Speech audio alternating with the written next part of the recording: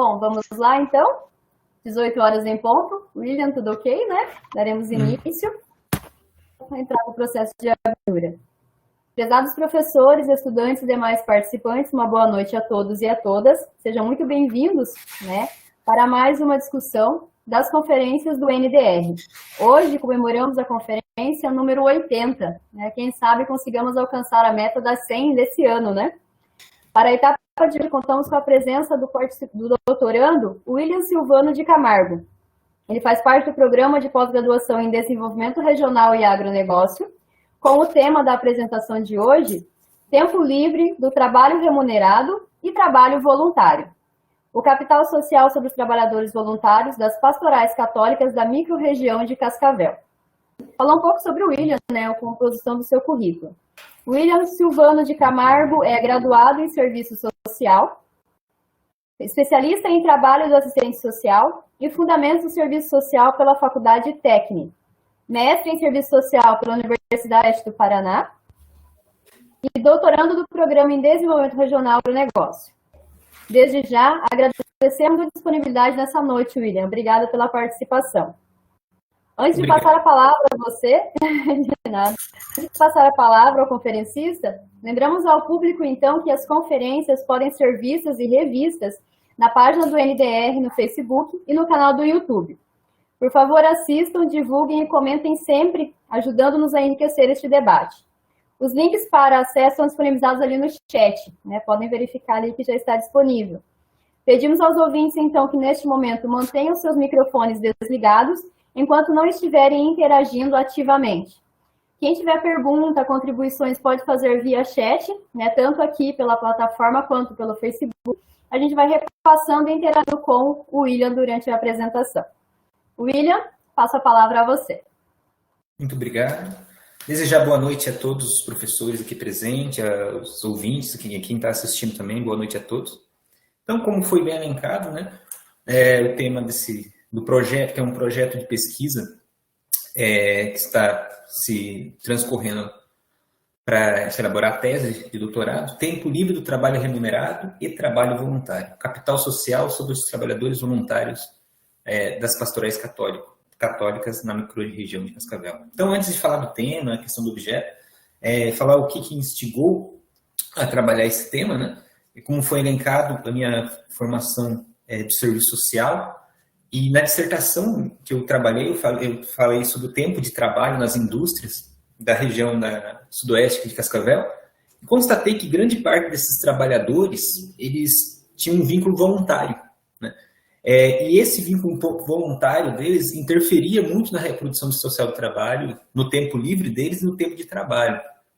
E fiz uma pesquisa recente sobre isso, que virou capítulo de livro, sobre o trabalho voluntário, né, nas pastorais, porque a maioria desses trabalhadores eram vinculados a pastorais.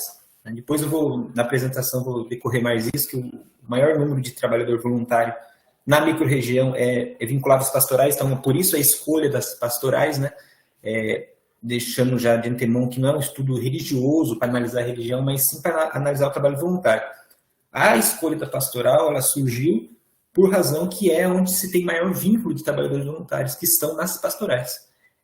Porém, se eu fizesse uma pesquisa como que a UFRJ fez nas periferias do Rio de Janeiro, lá a maioria dos trabalhos voluntários são das igrejas evangélicas pentecostais, né? Então, isso no próprio desenvolvimento regional, isso muda.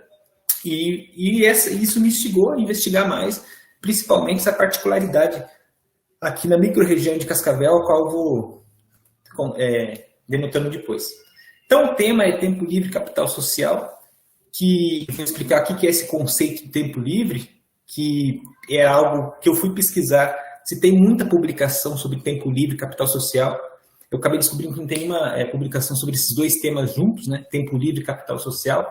Tempo livre se trabalha muito na sociologia do trabalho, né? Alguns autores chamam de tempo de não trabalho, porque tempo livre significa que eu tenho uma liberdade de consciência de escolher fazer aquilo que eu quero, ou atividade do ócio, ou exercer alguma atividade criativa. Por isso que o termo tempo livre seria o quê? O tempo fora do espaço de trabalho. A jornada de trabalho de alguém começa 8 horas da manhã até 5h30 da tarde, depois das 5h30, depois do fim dessa jornada de trabalho, corresponderia ao tempo livre.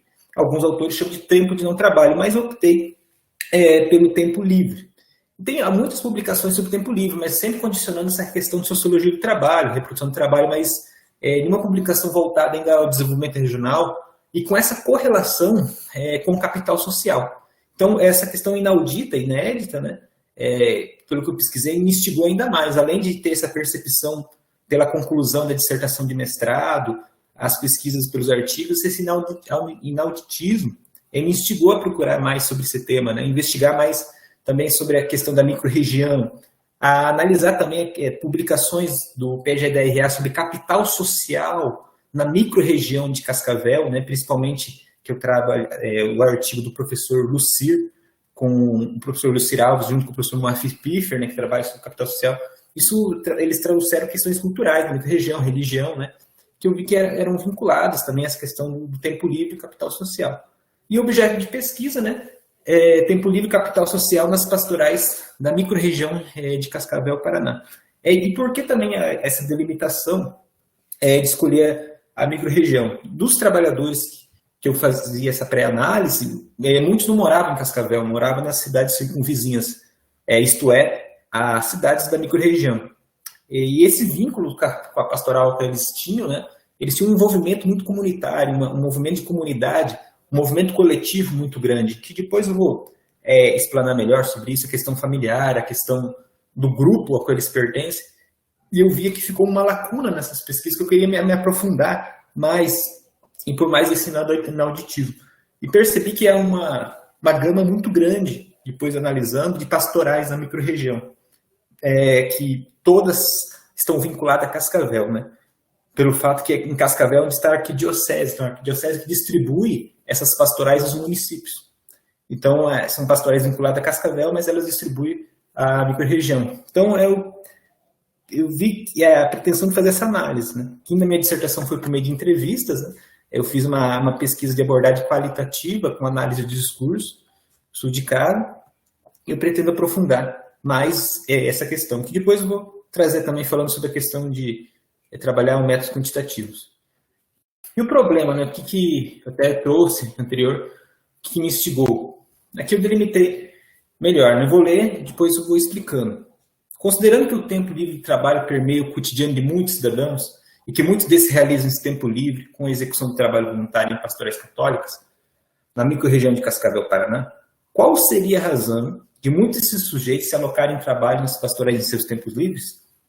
E quais são essas influências para o capital social no desenvolvimento regional na microrregião de Cascavel? Então, eu cheguei a essa indagação mesmo, né? Por que esse tempo livre que ele poderia optar por várias questões, né? Poderia optar pelo lazer, pelo descanso, né? Porque a fadiga do trabalho traz isso, ou pela reprodução do trabalho, que é consumir aquilo que ele produziu. Por que ele escolhe esse trabalho voluntário, né? Mesmo estando cansado, ele vai ter uma exaustão maior ainda, mas ele prefere fazer esse trabalho voluntário no seu tempo livre. E isso quais as influências que isso acarreta ao capital social e ao desenvolvimento regional também, principalmente analisar também a questão do capital intangível, né? Muitas vezes se estuda muito o capital tangível, o que o capital social redunda para o capital tangível, né? Como diria o Paulo Henrique Haddad, no artigo dele Capital Intangível e Desenvolvimento Regional, capital intangível, o próprio nome sugestivo, aquilo que eu não vejo. E vai além da questão de uma marca, né, de um slogan que tem um valor, mas as relações comunitárias, a relação de cooperação que Richard Sennett traz no seu livro Juntos, né? O nome do livro é Juntos, os Prazeres da Cooperação, onde ele traz essa relação do capital intangível, do capital social, para o desenvolvimento local e para o desenvolvimento social. Isto é, a capacidade de eu entender a cooperação, a afetividade, os laços culturais como uma forma de recebimento que que ajuda também no bem tangível. Então, essa influência desse capital social no desenvolvimento regional de Cascavel, quais são as suas contribuições dessa atividade do trabalho voluntário, que é muito ampla, né? Analisando, ela se torna muito ampla. Quais são essa contribuição. Por isso que vem a ser essa indagação.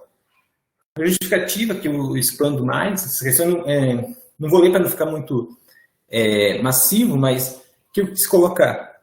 Por que essa pesquisa é de suma importância? Porque além de se trabalhar essa questão do trabalho voluntário com a contribuição do capital social e, consequentemente, o desenvolvimento regional, um dos elementos que permeiam o capital social e que a sociologia do desenvolvimento tem trazido é o homocitos e a dádiva, né? Que alguns estudiosos vêm trabalhando. O que é o homocitos?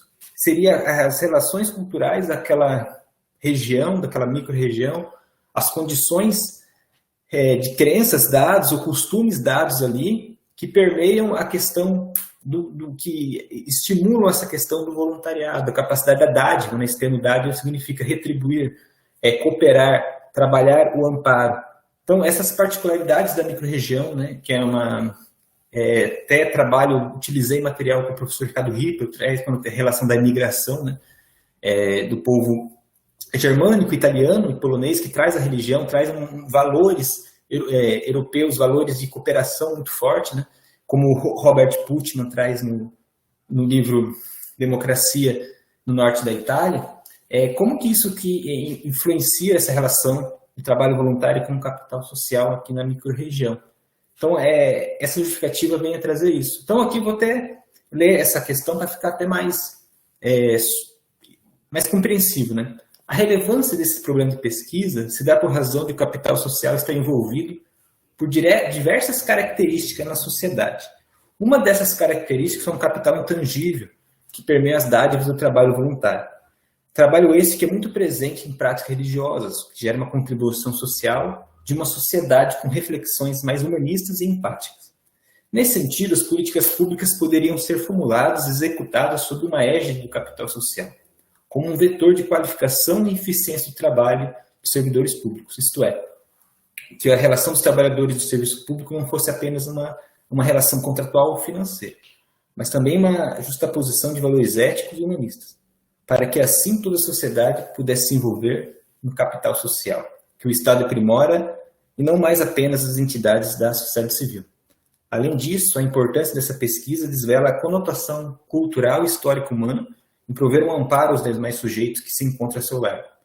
Ao que pesa a reflexão acadêmica, é de suma importância que se tenha uma produção teórica não só sobre o capital humano e físico que envolve a vida de cada trabalhador, mas também a relação do capital social que está além das condições economicistas da sociedade e contribui de forma colossal para o desenvolvimento regional. Então, essa justificativa vem permear isso, as condições além das questões tangíveis da economia ou macroeconômicas, né? Um autor que trabalhei sobre isso é Hassan Zawal, que trabalha desenvolvimento local e trabalha essa perspectiva da microeconomia e o capital intangível, né? O capital intangível com a microeconomia, essa relação da cooperação, da dádiva, a relação dos grupos, chamados grupos sociais, porque pessoas escolhem grupos sociais para viverem e trabalharem naquele grupo social. Então fala questões voltadas a cooperativas, associações, e dentre outros. William, pois não. Temos uma perguntinha aqui do colega, do Felipe. Pois não. Ele pergunta, ele cumprimenta a todos, né? Boa noite. Ele pergunta, qual é o conceito utilizado para diferenciar trabalho voluntário católicos? Pergunta isso porque, com o IBGE, existem várias instituições educativas da população e que existem muitas pessoas voluntárias. Por que estudar apenas os católicos? Então, ele quer saber o que é estudado. Sim. Cortou, Tatiana, a tua frase final, não sei o que você... A última coisa que eu ia era a pergunta, né? Ele pergunta qual o conceito utilizado para diferenciar os católicos e por que estudar apenas os católicos? Essa questão de estudar a pastoral católica, como eu tinha dito no início, pelo número de contingentes, se estima-se 80% do voluntariado aqui da micro-região é das pastorais, né? Então, pelo fato do grande número, e pela razão da delimitação do universo de amostra, né? Que escolhia delimitar a questão das pastorais católicas, por causa do número ser muito grande e por causa dessa historicidade que ela teve no Brasil desde os anos 80, essa expansão, né? Que o trabalho voluntário teve uma expansão nos anos 80, mas com um carro-chefe muito grande da CNBB, principalmente com a pastoral da criança, que dessas pastorais é a maior que tem no Brasil e na microrregião de Cascavel, por causa dessa influência grande que se tem. Inclusive, na minha pretensão de usar no método quantitativo, isso é uma proposta ainda de usar o modelo gravitacional econômico, MGE, por que alguns trabalhadores voluntários escolhem determinadas instituições, né? E o modelo gravitação econômica trabalha essa perspectiva de um grupo voluntário maior, um movimento voluntário maior. Naquela análise, né, da gravitação, que o maior atrai a parte mais pequena. Então, é por causa desse contingente ser de maior magnitude. Como eu disse no início, por exemplo, em outras regiões, o trabalho voluntário são de ONGs não vinculado com nenhuma religião, né? São Paulo, por exemplo, mais nas periferias do Rio de Janeiro, é mais voltado ao protestantismo, mas não é uma escolha religiosa, não é nem uma pesquisa religiosa, é pelo fato do contingente, né, e da relação cultural da microrregião, que é atraído muito dessas pastorais. Se eu fosse fazer uma pesquisa com as que não são envolvidas com as pastorais, seria um número muito pequeno. Eu até tinha feito uma pré-coleta e tinha poucos voluntários, ou muitos segmentos mais focados só em uma área, por exemplo, trabalhos voluntários que trabalhavam a questão de redução de danos, né? Adolescentes campanhas que combatem o entorpecente, então era um tema só. E a pastoral tem vários temas, tem 44 pastorais no Brasil, Cascavel, microrregião são 17. Dessas 17, 13 trabalham questões sociais distintas, que vai desde o idoso à questão universitária.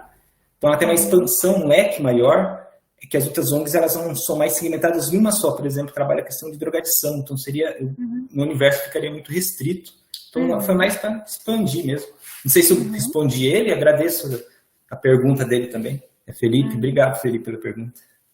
Obrigado, William. Felipe, esperamos que tenhamos sanado. Qualquer coisa, retorne a pergunta aí que o William e a gente está à disposição. Ele perguntou alguma coisa no início, e acho que cortou tua voz, o que seria trabalho católico, a primeira pergunta dele? Eu tinha perguntado... Qual é o conceito utilizado para diferenciar trabalho voluntário dos católicos? Ele pergunta o conceito. Sim. Uma boa questão. Dentro da pastoral existe a pastoral social e a pastoral litúrgicas, né? A pesquisa minha é só com as pastorais sociais. O que são essas pastorais sociais? Elas trabalham com a população em vulnerabilidade social nas suas várias dimensões. E não necessariamente para você ser eu nem trago essa questão com o voluntário católico. É voluntário, mas ele está numa organização pastoral católica. Não necessariamente você ser voluntário precisa ser católico. Uma questão é isso, né? Depois, tem a pastoral da criança, tem muitas mulheres voluntárias, muitas não são católicas, são evangélicas, né? São voluntárias. Outros não têm religião. Não necessariamente o católico em si, ele não precisa ser voluntário, se ele tem uma religião, ele não é essa correlação com a religião, né? Esse trabalho voluntário não tem correlação. Conheci pessoas conversando com os coordenadores de pessoas que são voluntárias e nunca foram na Igreja Católica, assim. Eles gostam do trabalho, por exemplo, vou dar um exemplo, pastoral carcerária, né? Trabalha em visitas com adolescentes em conflito com a lei, ou com adultos que são detentos, pessoas que gostam de ir lá cantar, trabalhar o teatro com eles, ou trabalhar um artesanato com eles que eles não conheciam. O fato disso, para eles, isso que se chama dádiva, né, que eu falei do capital social, aquela questão de ele estar pertencendo a um grupo, a relação de confiança, a relação do grupo, para eles, aquele pertencimento estar ali é o grande valor, né? Então, a pastoral ela nunca coloca um quesito que a pessoa tem que ser católica para estar dentro dela. Ela pode ser qualquer religião, ou não tem nenhuma crença também, né? Se é agnóstico, se é até. Então, essa questão, né? Então, é bem dividido. E na questão da pastoral, a pastoral litúrgica, por que eu não vou pesquisar as pastoral litúrgicas? Porque elas são pastorais no âmago, eles são chamadas pastorais endógenas, que estão dentro da igreja. Por exemplo, pastoral do dízimo, aí são religiosos, né? Aí são católicos, aí sim seria católicos voluntários, que são pessoas que trabalham questões no âmago da igreja, a questão da catequese, para as pessoas que são fiéis à igreja católica, a questão do dízimo, no âmago ali, questão litúrgica, né, no rito litúrgico, pastorais, questões do grupo de jovens católicos. Então, essas litúrgicas eu não estou trabalhando. Eu estou trabalhando nas pastorais chamadas sociais, ou função real, né, que não envolvem necessariamente essa pessoa ser católica, no caso. Então, tem essas distinções. Né? Ok, obrigado. Ok, William, muito obrigada. Felipe, caso não tenhamos sanado sua dúvida, seguimos à disposição. Então, o objetivo geral é analisar essa percepção desses sujeitos envolvidos, né, nesse trabalho voluntário, e a relação do cotidiano com o capital social, né, que as entrevistas, né, têm essa para investigar essa relação do capital social com o trabalho voluntário, por que levou a ele ir para esse trabalho voluntário, que lhe motiva, né? Depois vou até explanar mais sobre isso. Os objetivos específicos verificar essas funcionalidades pastorais como organização. É interessante que um autor que eu trabalhei sobre a questão de institucional, claro que não é o foco dele, mas ele trabalha de forma breve, assim, é o Douglas North, quando trabalha em instituições, ele cita as organizações sociais, né? Os chamados organizações civis, que no caso são igrejas, associações, clubes, e a Igreja Católica, no caso, entre as pastorais, entra nessa questão de organização. Na verdade, todas as ONGs, os trabalhos voluntários, entram na dimensão da organização social. Então, analisar como que elas se construíram. Demonstrar como que essas pastorais elas influenciam no tempo livre desses voluntários. Qual que é a correlação no tempo livre desses voluntários, né? Se o tempo de não trabalho, depois da jornada deles, essa dimensão é todo dia, é uma vez por semana, o que impacta, né? O que influencia? Será que houve influências até no capital tangível na sua vida, em melhorias na questão financeira, profissional, familiar? Então, essas questões, né, que no roteiro de entrevista vai indagar essas questões relativas ao objetivo específico. Identificar como o trabalho voluntário nas pastorais católicas está presente, né, no cotidiano do trabalhador no tempo livre. Talvez esse objetivo específico ele acaba sendo até meio redundante ao outro, né? E como que elas incidem no capital social, né? E a contribuição ao desenvolvimento regional. Porque esse capital social, essa questão da aceitação pela sociedade, de estar pertencendo a um grupo, realizar aquilo que se gosta, viver pela criatividade, né? Isso faz parte do capital intangível, né? E que pode contribuir para o desenvolvimento regional. A hipótese, eu trabalho nessa questão que os trabalhadores voluntários encontram nessas atividades o homus donatus. O que é o homus donatus? Homus donatus e versus homus econômicos, né? Homus econômicos é o homo material, aquele que... Homus, no caso, não é o homem apenas, é algo genérico, o ser humano. O ser humano que ele vive pelos bens materiais, acredita que tudo que ele faz tem que ter uma recompensa material tangível. O homus econômicos, latim, né, do latim, homus donatus, o homem que doa, homos que doa, ser humano que doa, e a recompensa dele é um afeto, sorriso, a recompensa dele é estar acolhido pelo grupo, ter a aceitação pelo grupo, pela sociedade, a cooperação, o recebimento.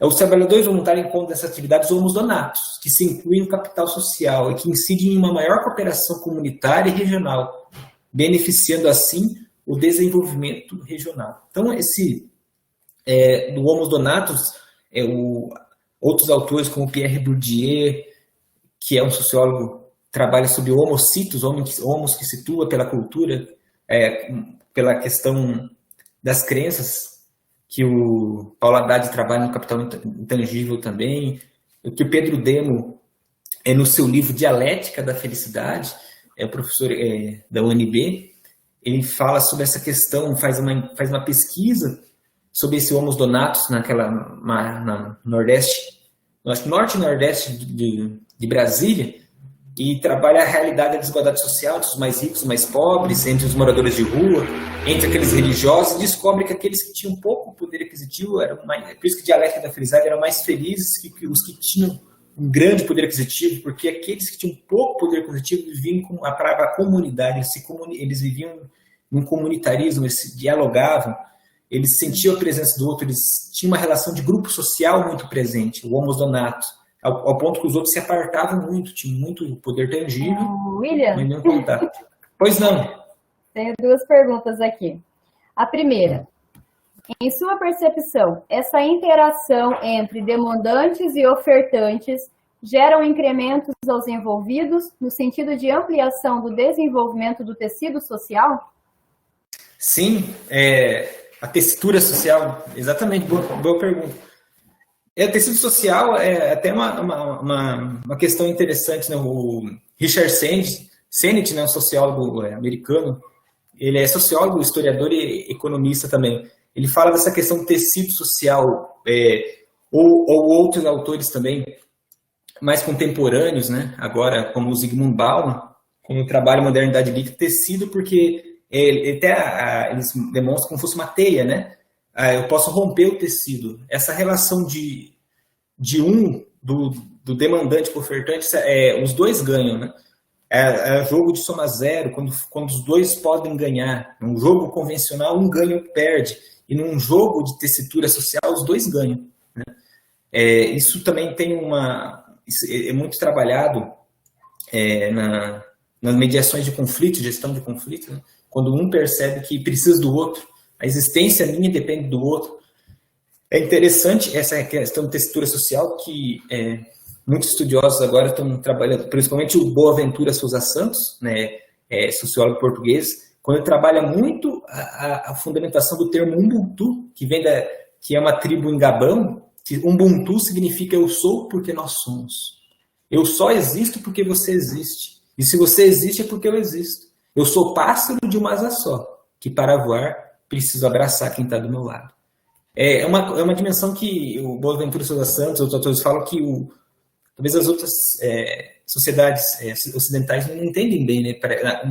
Que é uma competição, né? Ou aquilo que o Richard Dawkins trazia no Gênio Egoísta. O gênio egoísta é o quê? Aquele que compete, não olha para o lado, e eu vou voar sozinho, mas eu não vou conseguir, quando cair numa areia movediça, me puxar sozinho pelo cabelo, né? Como diria uma mitologia alemã, as aventuras de Barão de Munchausen, né? Quem conhece esse mito, na verdade, é uma sátira que ele faz para aquele que acha que tudo vai fazer sozinho, sem depender do outro. Ele se afunda na areia e o Barão tenta sozinho puxar-se pelo cabelo e não consegue. Até um livro do Michel Louvi, As Aventuras do Barão de Munchausen, é o título do livro, né? Que ele fala sobre ele e demonstra todas essas questões.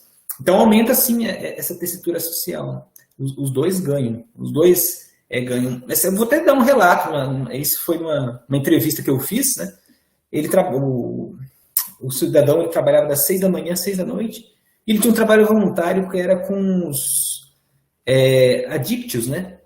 Pessoas que estão sobre o uso excessivo de álcool, e ele já tinha sido um alcoolista, né? E quando ele chegou do trabalho, ele estava muito cansado, mas quando ele volta à noite, ele não volta cansado. E ele disse, né, na entrevista, falou, olha, eu não estou cansado hoje. Eu falei, por quê? Ele falou, porque aquela pessoa olhou para mim e disse o seguinte, que bom que você existe. E aquilo para ele foi a coisa melhor que ele teve. A noção da palavra importante, que vem do latim importare, trazer para dentro. Quando alguém chama você de importante, traz para dentro. Então isso cria uma tessitura social, né? E é uma escala, né? Essas pastorais trabalham com essas pessoas que recebem atividade pastoral, elas desenvolvem isso para outras pessoas e, consequentemente, é como se fosse um dominó, dominó que você coloca ele em pé e vai derrubando um para o outro. É consequência, né? Vai tendo essa consequência da dádiva, né? Ou da cooperação, do capital social, dessa relação da tessitura social. Acaba diminuindo muito a questão da máscara, né? Os autores chamam de máscara social, ou seja, eu preciso sempre acreditar que eu sozinho vou conseguir tudo e esqueço que preciso de alguém que esteja do meu lado. Sou pássaro de uma asa só, que precisamos de uma asa para voar. O economista alemão Albert Schweitzer, quando ele viaja para Gabão, né, e ele morre pouco tempo, mas ele deixou uma frase muito importante para aquele povo quando ele entendeu essa questão da textura social. A maior tragédia de um ser humano não é quando ele morre, mas quando algo morre dentro dele, enquanto ele está vivo. Então, a capacidade de se envolver. Não sei se, desculpa se eu me alonguei, mas vocês podem que deu. Temos mais uma na mesma linha. Ainda sobre a sua percepção, a destinação de tempo voluntário atende uma ampla gama de necessidades, podemos chamar até de carências, ou se dá de modo mais centrado em umas poucas necessidades? Isso era uma dúvida que se tinha, né? Quando começou a vir a surgimento das pastorais, se nos países desenvolvidos ia existir um trabalho voluntário, porque as pastorais elas se desenvolvem no Brasil anterior à Constituição Federal de 1988, porque é a Constituição Federal que vai garantir a plenitude do Estado nas políticas públicas, né? Dever do Estado, da família, da sociedade. O artigo 196 da Constituição, né? É dever do Estado ofertar uma saúde pública de qualidade, gratuita e integral. Os incisos que falam sobre assistência social, artigo 288, os incisos que estão relativos à criança e adolescente. E mesmo em países que cobriram isso, como o Estado do Bem-Estar Social Europeu, o trabalho voluntário é muito forte, porque existe uma demanda, por mais que eu acredito que eu respondi todas as demandas, sempre surgem demandas que vão além, tem questões relativas à vulnerabilidade social, mas tem a vulnerabilidade intangível também. Um livro que fala muito bem disso é A Pobreza da Pobreza, do Pedro Demo, que ele fala dessa pobreza material e pobreza imaterial, que é as questões relativas ao pertencimento, né? A pessoa tem questões materiais, mas ela está sozinha. Esse estudo traz uma análise profunda do trabalho voluntário, né? Na Noruega, por exemplo, países que têm grande índice de suicídio, países que responderam às suas questões materiais. O Japão, por exemplo, tem o IDH elevado, mas é um dos países que tem maior índice de suicídio. Por causa de vários fatores, né? Que talvez não dê tempo para explicar aqui, mas fatores voltados à competição, do isolamento, né? O Durkheim tem um livro chamado O Suicídio, que ele classifica o suicídio, o isolamento. Quanto mais a pessoa se isola, quanto mais ela se afasta, quanto mais ela não tem contato, quanto mais alguém não se importa com ela, mais ela vai se matando aos poucos, até chegar ao cume do suicídio, nesse livro do Durkheim. Então, cresce uma demanda grande. Por exemplo, essas pastorais sociais, né? Tem as pastorais, por exemplo, citei a pastoral carcerária, a pastoral, também tem a pastoral do menor, que muitas vezes a satisfação material daquele cidadão está resolvida, mas as questões imateriais dele não estão resolvidas, né? Ele não consegue dialogar sobre o seu vício em alguma droga, ele não consegue dialogar em questões relativas ao conflito que ele tem com a sua família. E quando ele tem essa possibilidade de dialogar, então por isso que a etimologia da palavra diálogo é tão bonita, 2 logos, né? Senão seria monólogo, capacidade de dialogar. Presenciar o outro na sua frente e saber que se importa, como no livro O Banquete, de Platão, traz essa demanda. E existem as demandas imateriais. E dessas pastorais sociais, elas trabalham com essa questão intangível, que eu disse antes, mas também com questões intangíveis, como relacionada à questão da educação, pastoral universitária, a pastoral do diálogo interreligioso, que é para dialogar não só com quem tem crença cristã, mas todas as outras crenças, né? As crenças afrodescendentes, crenças semitas, né? Que são a religião judaica, islâmica, ou os que não têm religião também, ou as também chamadas religiões orientais, como o budismo, o shintoísmo. Então, tudo isso vem a ver que tem uma demanda que talvez daqui a 10 anos surja outra demanda que nós nem percebemos. William, só para te situar, né, em relação ao tempo, agora são 6h35, tá? Só para você ter um poder no seu tempo. Beleza, obrigado.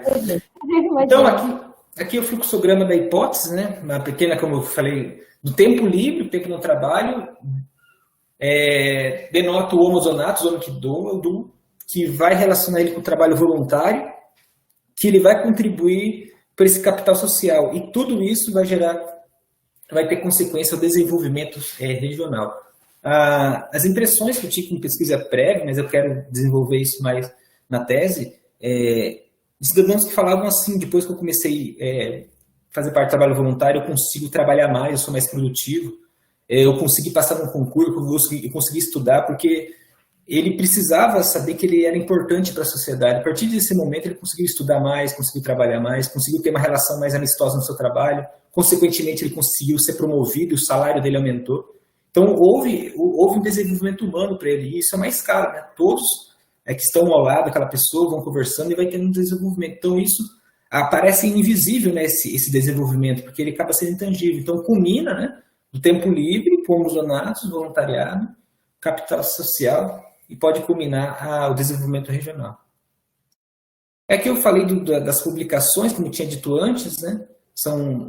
Quando é tempo livre, no mundo são mais de 1.760 mil publicações, capital social 4.510, o trabalho voluntário a gente mais expande. Entretanto, tempo livre e capital social não se encontrou nenhuma publicação, pelas outras fontes que eu fui pesquisar também. Eu vou passar até mais. Esse aqui é a questão da visão teórica, né? Eu vou falar de forma mais breve, que antes de eu analisar o tempo, né, eu prefiro analisar o tempo livre do trabalho voluntário, eu preciso analisar essa relação, o que é o tempo, o conceito de tempo. A primeira noção de tempo a qual temos é o tempo do relógio, o tempo dos calendários, que está matematizado. Mas o tempo, a relação do tempo, como diria Norbert Elias, né, o livro Sobre o Tempo, o nome da obra dele, e os últimos artigos que saíram sobre isso, chamado tempo quântico, o tempo é o que é, o tempo é metafísico. Então, o tempo físico, não vou ler para não expandir muito, mas aqui é uma citação direta que eu fiz do Stephen Hawking, é um físico britânico, faleceu faz aproximadamente 4 anos, no seu livro Uma Breve História do Tempo. O Stephen Hawking é considerado um grande estudioso dos buracos negros e tudo mais, mas ele estudou muito a questão do tempo. Ele fala que esse tempo físico, ele desde a origem do universo, é o tempo físico que a gente não controla, né? Que não sabemos o que um tempo é para nós aqui em outro planeta é diferente por causa da velocidade da luz. Então o tempo ele é totalmente relativo, que o Hawking quer dizer, não existe um tempo padronizado. Então esse é o primeiro elemento do surgimento do tempo, o tempo físico. E outro, se desse mais tempo, explicaria mais detalhadamente essa questão, né? O tempo, quanto mais longe você estiver, mais rápido ele passa. O tempo a qual nós vivemos, que o Albert Elias traz, é o tempo biológico. Nascemos, vivemos e morremos. Todos os seres vivos passam por essa tríade, né, que é predestinada e igual a todos. Isso se chama tempo biológico. Aí o tempo social. O tempo social é uma criação humana. E para existir o tempo social, necessita de uma questão cognitiva, né, que é Yuval Noah Harari, no seu livro Sapiens, Uma Breve História da Humanidade, coloca 47 mil anos atrás, que quando o ser humano consegue saber que eles podem morrer, ele consegue colocar símbolos nas cavernas, então ele consegue ter a noção do tempo, ele começa a padronizar o tempo, olhar o sol, saber que o horário ele tem que trabalhar, o horário que ele tem que dormir, o horário que ele tem que caçar. Então o tempo social e depois, posterior a isso, né, com a criação dos relógios, primeiro os relógios solares pelos egípcios e depois os relógios inventados pelos beneditinos na Idade Média, para matematizar o tempo de trabalho e oração.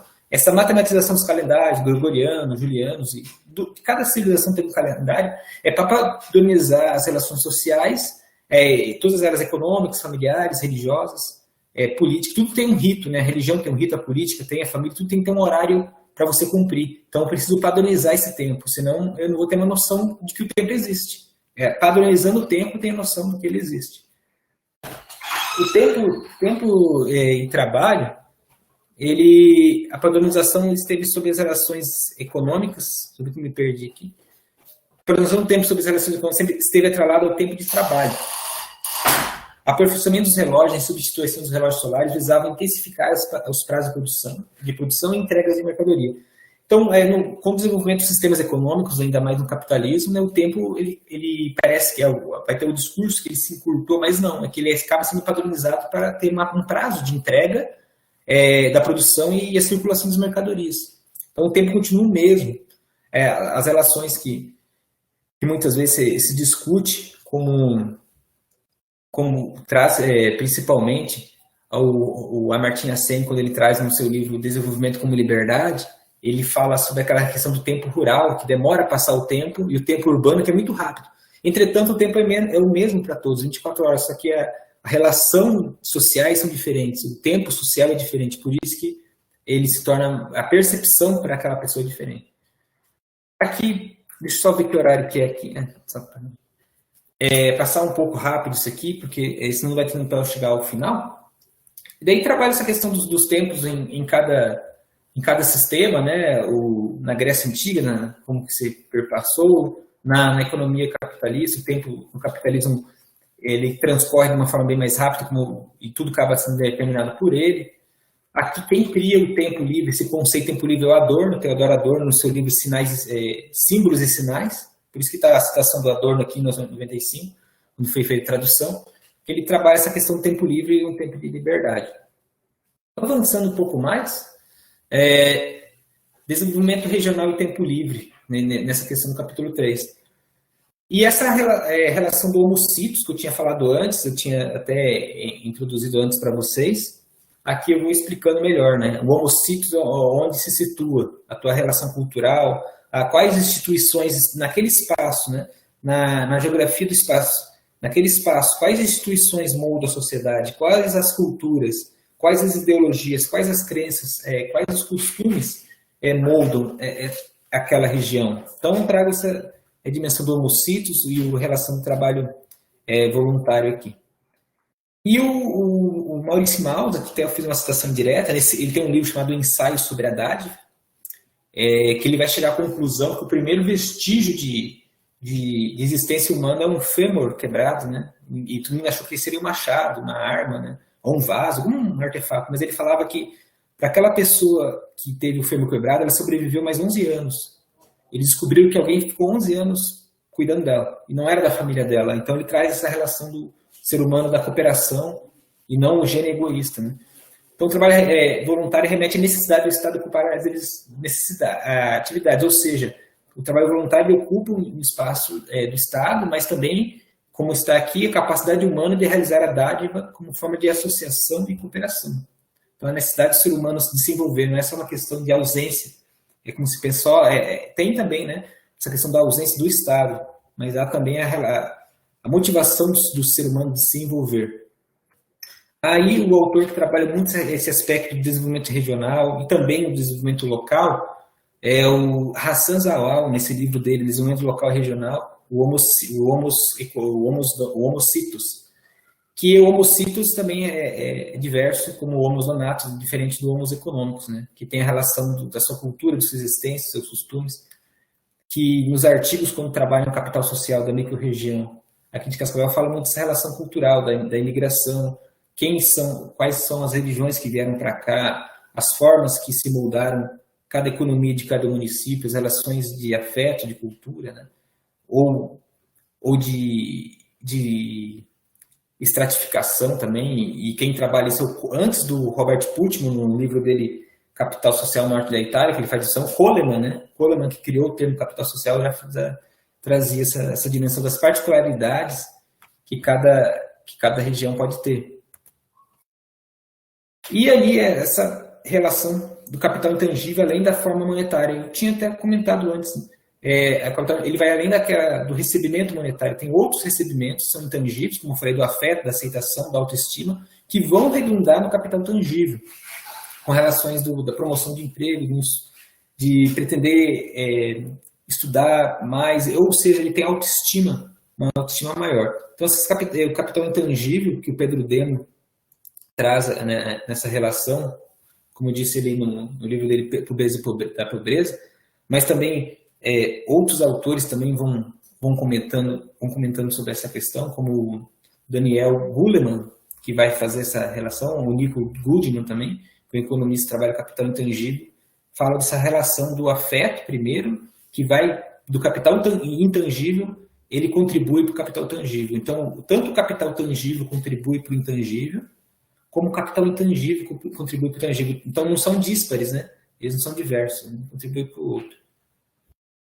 E uma explicação aqui do Norte, né, sobre instituições, como eu fui falar aqui da micro-região oeste de Cascavel, ele classifica dentro da instituição, tem 3 esferas de organizações: as políticas, que ele classificou os partidos políticos, a divisão dos poderes, órgãos reguladores de governo e Estado, as organizações econômicas, são empresas, sindicatos, cooperativas, e as sociais, né, que são igrejas, clubes. Então, eu trouxe essa relação para explicar que estou trabalhando sobre essa organização. Aqui só uma... Pois não. Aqui, deixa eu ler para você. Bom, via Facebook, o Celso Ferrari Júnior me parabeniza pela exposição. Ah, o Celso, estudamos junto numa disciplina de geografia. Ah, legal. Ah, ele perguntou alguma coisa? Não, ele só lhe deu os parabéns. Tá gostando do que tá vendo. Ah, tá, obrigado. Obrigado, Celso. Muito obrigado aí por estar assistindo aí. Agradeço aí, que bom que você está gostando. Obrigadão, meu amigo. Então, aqui, a consolidação dos pastorais do Brasil, e só para o Braido, ele trabalhou isso também, como ela se consolidou após os anos 60, que a igreja tem um divisor de águas nos anos 60, 62, 65, que é o Concílio Vaticano II, é que o chamado, dentro de uma nomenclatura que a igreja trabalha, existe o clero e os leigos. Né? Os leigos não podiam se apresentar na igreja, ou seja, dentro do sistema litúrgico, já só o padre rezava em latim de costa para os povos, também não tinha envolvimento pastoral. Existia grupos, né, de atividades, mas existia o termo pastoral. Com o Concílio Vaticano II se expandiu o trabalho com esse nome leigos, né, para a população interagir mais com a igreja e também fora dela.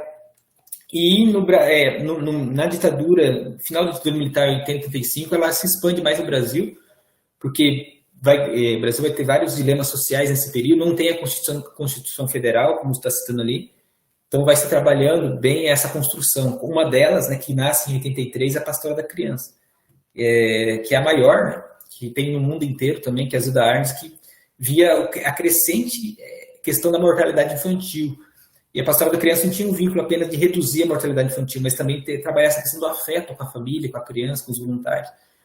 Todas as voluntárias, né, grande maioria, né, das voluntárias da Pastoral da Criança são mulheres que moram na própria periferia, são vizinhas, então há um trabalho de cooperação mútuo ali. Aqui mostra também que no Brasil há 40, como eu falei antes, acho que eu estava respondendo a pergunta do Felipe, né, dessas 44 apenas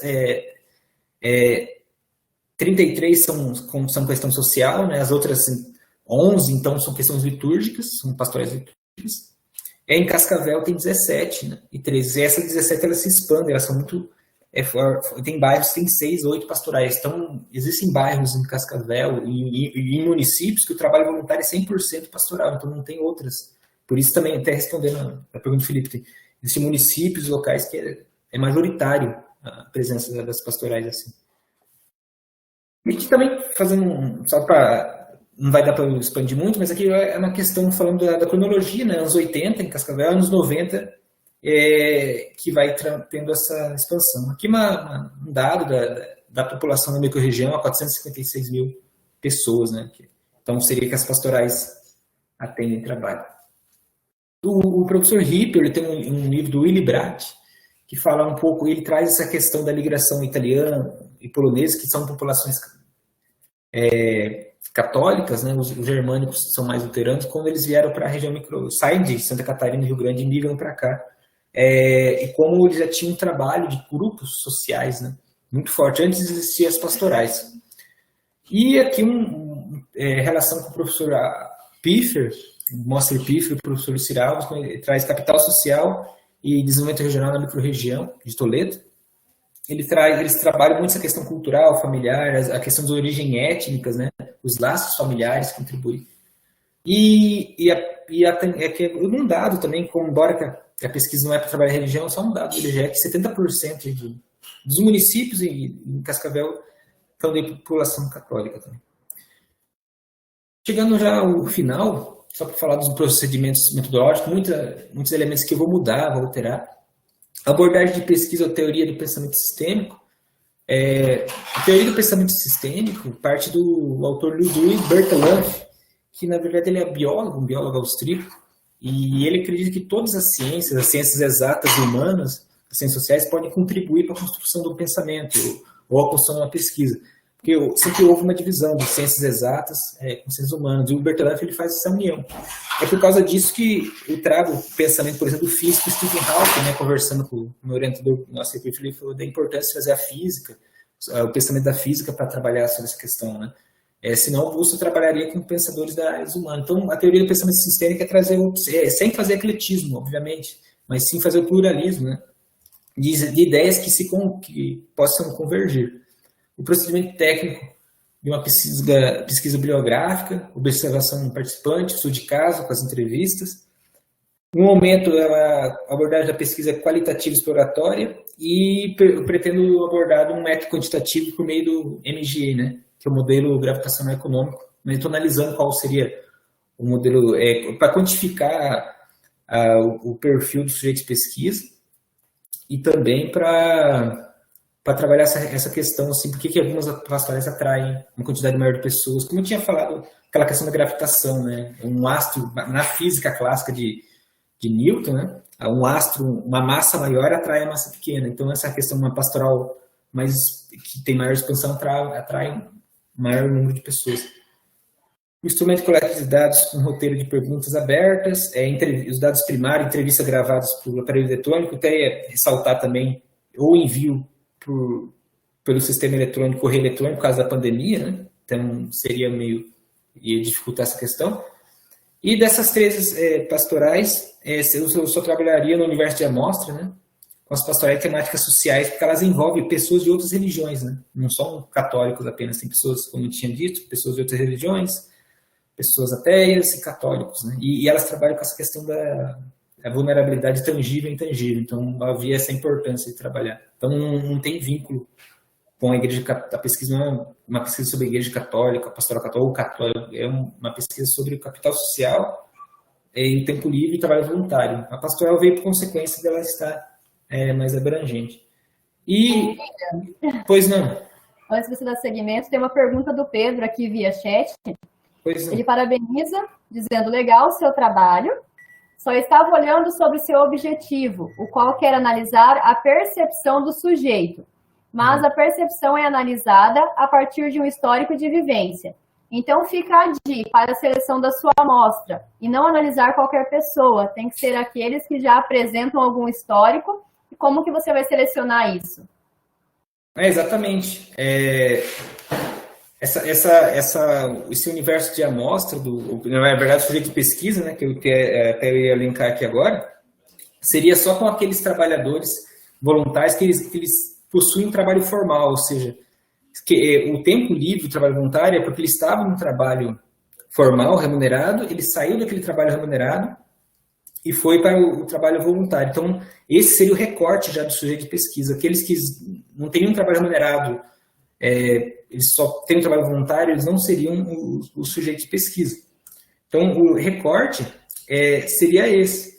E até eu coloquei aqui a porcentagem, né, da estimativa de todos os voluntários no momento que eu fui levantando, tem 110 voluntários. É porque eles não colocaram aqueles que estão, só que eles estão bem efetivos, tem alguns que não mantêm efetividade, daí seria mais. Então, não vou pegar aqueles que eles não conseguem ter uma rotina de trabalho voluntário, mas aqueles que estão em um vínculo mais presente.